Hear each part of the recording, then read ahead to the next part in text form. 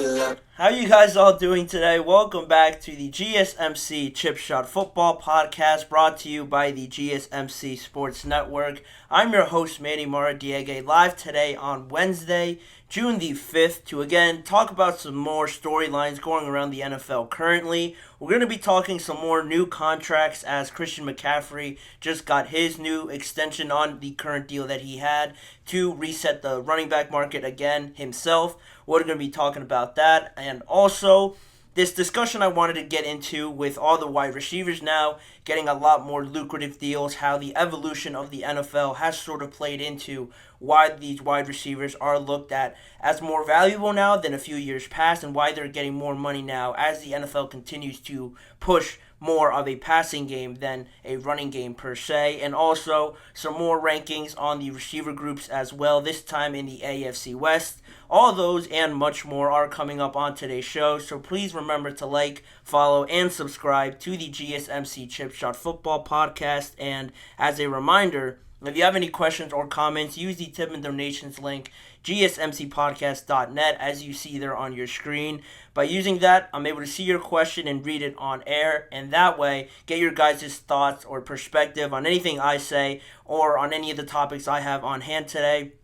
It's a massive help for the show, so again, if you would, please use the tip and donations link, GSMCPodcast.net. But back to the main topic, the one I want to start off with, Christian McCaffrey resetting the running back market again, because he did it before. He was the highest paid running back already, but now, as it was announced yesterday, the new contract extension between the 49ers and Christian McCaffrey saw him receive a 2-year extension worth $38 million on that, meaning that he will get that salary bumped up to about $19 million per year from that $16 million per year that he was already on. And also, like I mentioned before, his total salary just from this year into this new extension will jump up and be increased by $8 million, and also he'll get $24 million more in guaranteed money.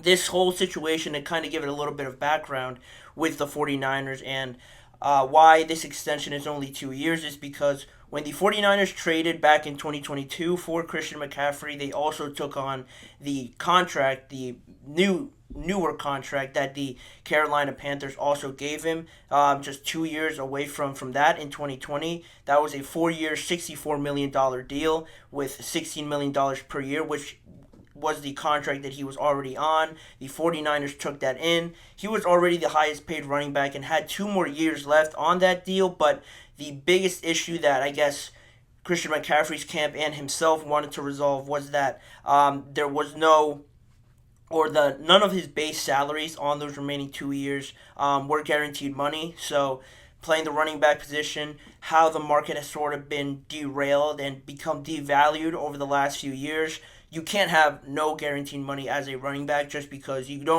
can't really trust these organizations really now, or just people within the organizations to really value you and not maybe move on from you in a year or two, because Christian McCaffrey is going to be 28, I think, in about 2 days, if I'm correct on that. But again, you don't really have that security there as if you were a wide receiver, a quarterback, or any other position, it seems like, on the offensive side of the ball. The running backs need to look out for themselves, and that's why we get this new extension now with Christian McCaffrey. And just to break it down a little bit more, as I was scouring through the internet and through Twitter, I saw that Spot Rack did a pretty good job of explaining the true value, if you break it down even more, as to how it all pans out for the rest of the time that Christian McCaffrey is probably going to be on the San Francisco 49ers. So the tweet read, because he has 2 years left on his current deal, that's about 2 years, $24 million guaranteed, with the 2 years left on his contract. So because of that, and assuming that this new extension is a new deal, not just adding on to the old deal, so essentially ripping up the old deal and having this new 2-year extension carry on right afterwards, he has that new $38 million coming in and plus 2 more years, so that would add up to 4 years, and the 38 plus the 24 that he has guaranteed or left on his deal would add up to $62 million in total value. So that deal would run through 2027, 4 years, $62 million, meaning about 15 to 16 in salary, but that obviously gets boosted up a little bit more just on the extension. And that really, if you look at it into another aspect of this, that would carry him into his 30s, 31 years old exactly by 2027. So, again, that comes with some more narratives now. Do you feel comfortable playing a running back that amount of money, still being the highest paid in the NFL into his 30s? I think Derrick Henry's also around.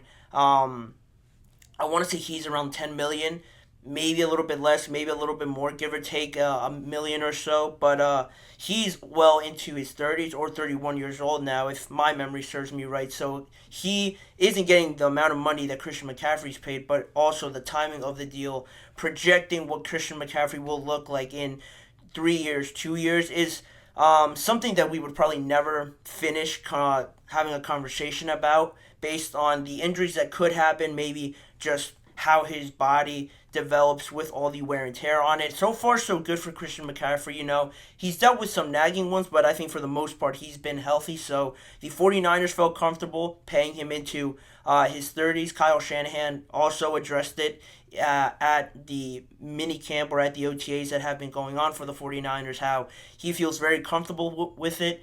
He mentioned that Christian McCaffrey is one of the most talented guys he has ever seen, so really not worried about the injuries or paying a guy into his 30s. If he's good, he's good is basically the message that Kyle Shanahan was trying to relay there. And now also, how this is not just great for Christian McCaffrey, obviously, for getting all this security and money, but also for the 49ers because with this new extension, fixing around the salary cap a little bit, it creates about $7.4 million in cap space for the 49ers, and you add that on with the $18 million they also received from the post-June 1st release designation of Eric Armstead.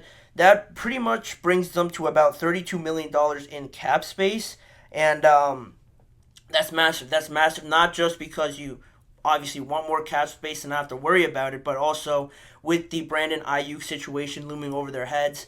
This maybe not guarantees it, but at least it gives them a better chance of trying to do that. If that is the direction that you would feel that they're inclined to going, maybe just spitballing here a little bit with this whole situation, you might ask yourselves why hasn't Brandon Ayuk been extended, or why haven't the conversations been going a little bit further than some of these other deals that have gotten done, because this has been going on all offseason, but in the meantime, the 49ers have extended Juwan Jennings, have given this new deal to Christian McCaffrey, and you're left wondering how and when will this deal get done.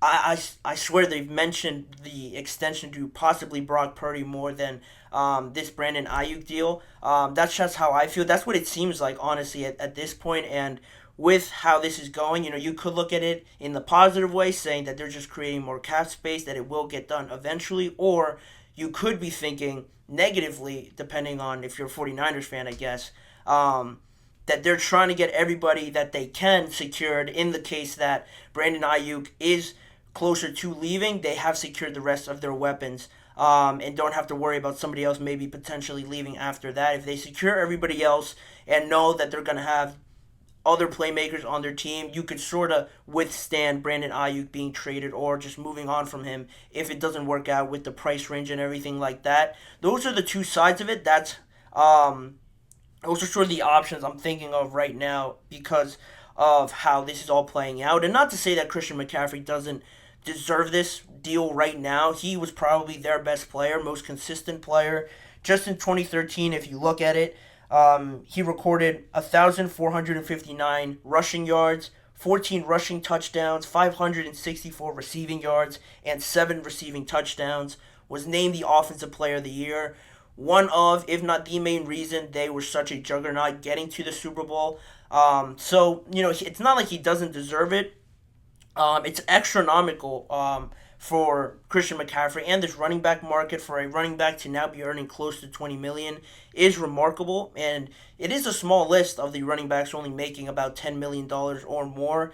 It's Josh Jacobs, Jonathan Taylor, Saquon Barkley, and Alvin Kamara as the other ones, and I'm not saying this is going to revolutionize the position, now everyone's going to get it, but it is a step in the right direction because you're sort of pushing it now that if a guy comes in and is such a weapon, such a catalyst for being such a dynamic player for an offense, maybe it isn't so crazy to pay him north of 17, $18 million. But again, it almost seems like an anomaly on the other side because not everybody is Christian McCaffrey and not everybody can put up these numbers. You'd hope that's the result of some of these talented running backs. Probably the most talented one after that would probably be Saquon Barkley, and you'd hope he would put up similar numbers with the Eagles, but he's getting paid a lot less, and there's a lot bigger gap now between where Saquon and Alvin Kamara sit as one of the highest paid running backs to now where Christian McCaffrey sits, a little bit split off at the top of the mountain. But overall, it is remarkable for Christian McCaffrey. Definitely earned it and definitely deserves this money.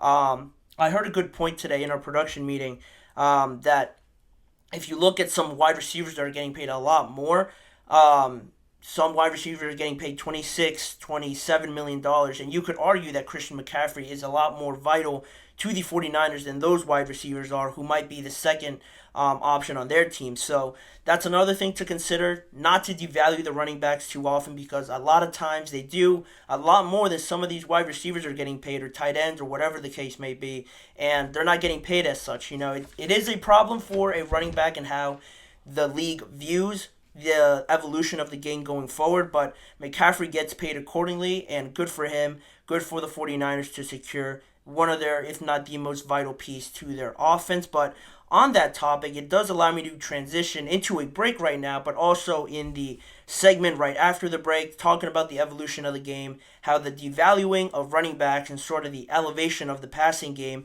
has shifted this momentum from the NFL to pay the wide receivers more and more, give them more and more money because of how the NFL is becoming a lot more passer friendly over these last few years. I'll get more into that after the break, like I mentioned, so don't go anywhere. You're listening to the GSMC Chip Shot Football Podcast.